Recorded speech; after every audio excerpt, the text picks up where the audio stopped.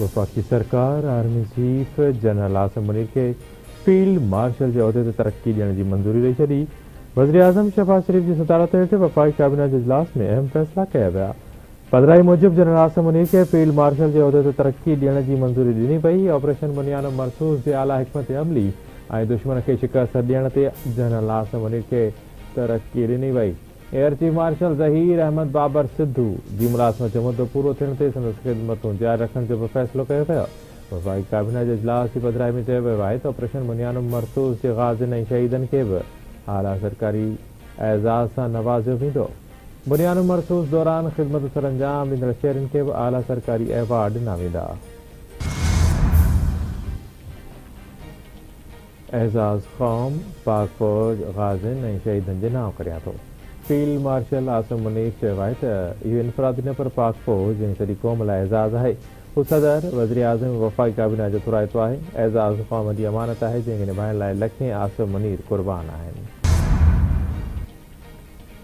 सदर आसिफ अली ज़रदारी सां वज़ीर आज़म शहबाज शरीफ जी मुलाक़ात। वज़ीर आज़म पारां सदर के जनरल आसिम मुनीर के फील्ड मार्शल जे उहदे ते तरक्की ॾियण ते एतमाद में वरितो वियो।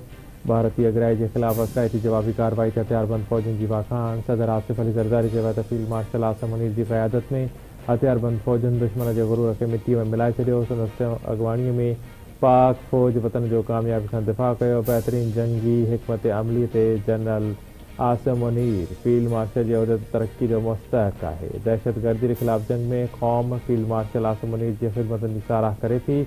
सदर तरफ़ां air chief marshal Zaheer Ahmed Babar Sidhu के भी संदसि मुलाज़मत जे मुद्दे में वाद ते वाधायूं।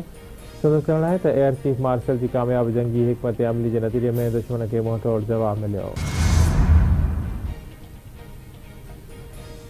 हक़ जी जंग दौरान फील्ड मार्शल आसिम मुनीर जी सलाहियतुनि सां दुश्मन जे नापाक इरादनि खे मिटीअ में मिलायो वियो। ऑपरेशन बुनियाद मरसूस जी कामयाबी में फील्ड मार्शल आसिम मुनीर जी दानिशमंदी जो मरकज़ी किरदार हो। वज़ीर आज़म शहबाज शरीफ जूं आसिम मुनीर के फील्ड मार्शल जे उहदे ते तरक्की मिलण ते वाधायूं। संदसि चवणु आहे त हक़ जी जंग में हथियारबंद फ़ौजनि वतन जे दिफ़ा लाइ दिलेरीअ सां ख़िदमतूं सरअंजाम ॾिनियूं। क़ौम खे फील्ड मार्शल आसिम मुनीर बहादुर हथियारबंद फ़ौजनि जे ग़ाज़िन ऐं शहीदनि ते फ़ख़्रु आहे। बचाव वज़ीर ख़्वाजा आसिफ चयो आहे त फील्ड मार्शल आसिम मुनीर क़ौम जो मोहसिन आहे। संदसि तरक्की ऑपरेशन बुनियाद मरसूस जे बेमिसाल क़यादत ऐं कामयाबी जो इतराफ़ आहे। Air chief marshal Zaheer Ahmed Babar Sidhu जी मुलाज़मत वारे मुद्दे में वाद संदसि बहादुरी जी मञता आहे। Chairman joint chiefs of staff committee general Sahir Shamshad Mirza तरफ़ां बि फील्ड मार्शल जे उहदे ते तरक्की मिलण ते आसिम मुनीर खे मुबारकूं। सेनेट चेयरमैन यूसुफ रज़ा गिलानी, क़ौमी असेंबली जे स्पीकर अयाज़ सादिक, वफ़ाकी घर वज़ीर मोहसिन नक़वी, सिंध जे वॾे वज़ीर सैयद मुराद अली शाह, सिंध जे गवर्नर कामरान टिसोरी पारां बि आसिम मुनीर के फील्ड मार्शल जे उहदे ते तरक्की माण ते वाधायूं ॾिनियूं वयूं। नायब वज़ीर आज़म ऐं परे वज़ीर साॻियार जी चीनी मनसब वांग यी सां मुलाक़ात। ॿितरफ़ी लाॻापन ऐं ॿियनि मामलनि ते ॻाल्हियूं। ॿिन्ही अक़वामनि विच में स्ट्रेटेजिक सहकार मज़बूत बणाइण ते इतफ़ाक़। इसाक़ डार जो चवणु आहे त पाकिस्तान चीन सां दोस्ती खे वधीक तरक़ी ॾियण जो ख़्वाहिशमंद आहे। पाकिस्तान गोल्डन टेम्पल के निशानो बनाने बाबत भारत जा इल्ज़ाम रद्द करे छॾिया। परॾेही खाते जे तर्जुमान शफ़क़त अली चयो आहे त इहा दावा ग़लति आहे त पाकिस्तान गोल्डन टेम्पल खे निशानो बणाइण जी कोशिशि कई। गोल्डन टेम्पल सिख अक़ीदे जो सभ खां वधीक क़ाबिल एहतराम हंधु आहे। भारत ई इबादतगाहनि खे निशानो बणायो आहे। 6 ऐं 7 मई जी राति पाकिस्तान में मुख़्तलिफ़ इबादतगाहुनि खे निशानो बणायो वियो। पाकिस्तान सिख मज़हब जे मुक़दस हंधनि जो मुहाफ़िज़ आहे। पाकिस्तान करतारपुर राहदारी ते सिख यात्रियुनि खे वीज़ा जी पहुच मुफ़्त में ॾिनी। सिंध जे वॾे वज़ीर सैयद मुराद अली शाह जी सदारत हेठि सिंध कैबिनेट जो इजलास। ट्रैफ़िक कानून में अहम तरमीम जी मंज़ूरी। वॾियुनि गाॾियुनि ते 2.5% रजिस्ट्रेशन फीस ऐं 1000 सालियानो टैक्स लागू हूंदो। अनफिट कमर्शियल गाॾियुनि ते 10,000 रुपया ॾंड लागू कयो वेंदो। ग़ैर मयारी रिक्शा ऐं लोडर ते मुकमल पाबंदी लॻाई वेंदी। सिंध काबीना जी कराची में 3 ॿियनि शहरनि में हिकु मुनशियात जे ख़ात्मे वारी अदालत क़ाइमु करण जी मंज़ूरी। वज़ीर आज़म जी औरतुनि खे बाइख्तियार बणाइण पैकेज में शमूलियत जी मंज़ूरी ॾिनी वई। वफ़ाकी हुकूमत सिंध जे इदारनि जी शानदार कारकर्दगी जो एतिराफ़ कयो आहे। ॿोर मुतासिरनि लाइ घरनि जी ॾावत ऐं SIUT सॼे मुल्क में मॉडल मनसूबा बणिजी चुका आहिनि। सिंध हुकूमत जो सॼे मुल्क जे तरक़ियाती मनसूबनि में किरदारु क़ौमी एके जो मिसाल आहे। वफ़ाक़ तरफ़ां सिंध हुकूमत खे बलोचिस्तान, पंजाब ऐं KP में घरनि जी ॾावत ऐं SIUT लाइ 9 अरब रुपया ॾिना विया आहिनि। सिंध के वॾे वज़ीर मुराद अली शाह सिंध कैबिनेट जे इजलास खे ख़िताब सिंध से वणाए त 9 अरब रुपयनि मां रहीम यार ख़ान ऐं रावलपिंडी में SIUT अस्पताल सिंध हुकूमत क़ाइमु कंदी। बलूचिस्तान जे सोबतपुर जाफराबाद ऐं डेरा मुराद जमाली वारनि इलाइक़नि में बोर मुतासिरनि लाइ घरनि जी अॾावत कई वेंदी। KP जे डेरा इस्माइल ख़ान जे बोर मुतासिरनि जे घरनि जी तामीर लाइ 1 अरब रुपया रखिया विया आहिनि।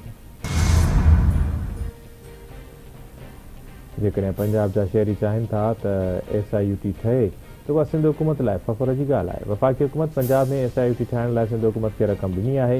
9 अरब रुपयनि जी लाॻत सां पंजाब में SIUT अस्पताल ठाही वेंदी। सूबाई वज़ीर सईद गनी ऐं मुकेश कुमार चावला जी सुमेता अफ़ज़ाल सैयद सां गॾु ब्रीफिंग।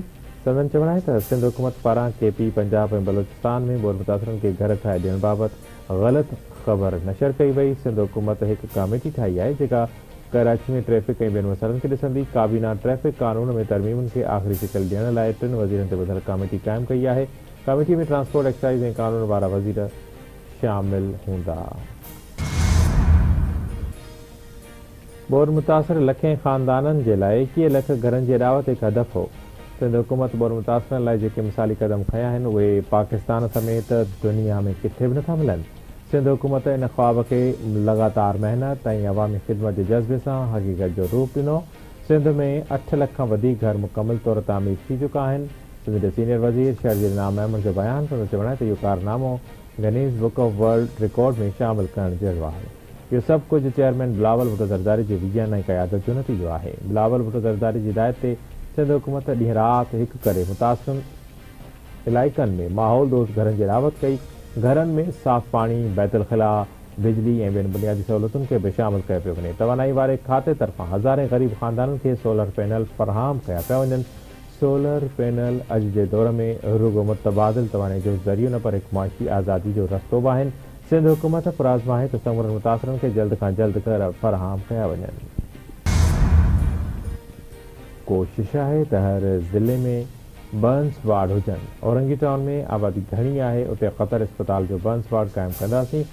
JPMC में बेड वधाईंदासीं। हैदराबाद ऐं लाड़काणे में 60 बिस्तरनि वारा बर्न्स वार्ड मौजूदु आहिनि। ख़ैरपुर में बि बर्न्स वार्ड आहे।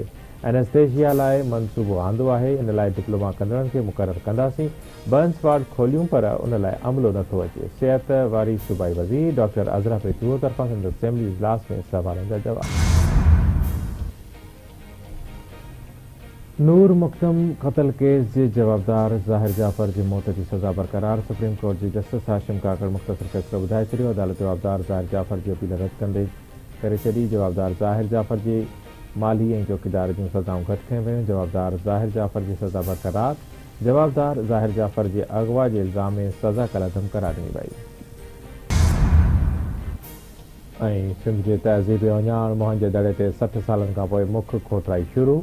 तहक़ीक़ी मक़सद लाइ एल एरिया में थींदड़ खोटाई जी निगरान दुनिया जो मशहूरु आर्कियोलॉजिस्ट डॉक्टर जोनाथन मार्क केनाइट करे रहियो आहे। सिंध जे क़दीम आसारनि वारे खाते ऐं हिकु तंज़ीम जा माहिर 3 मई ताईं खोटाई जो कमु जारी रखंदा। मोहन जे दड़े ते आख़िरी वॾी खोटाई 1964-65 में अमरीकी माहिर डॉक्टर डेल्स जी निगरानी में थी। मोहन जो दड़े जो क़दीमी माग में रुगो 10% एराज़ी जी खोटाई थी सघी आहे। क़दीम आसारनि वारे खाते मूजिबि DK एरिया में 18 साल अॻु मुख़्तसिर खोटाई थी हुई।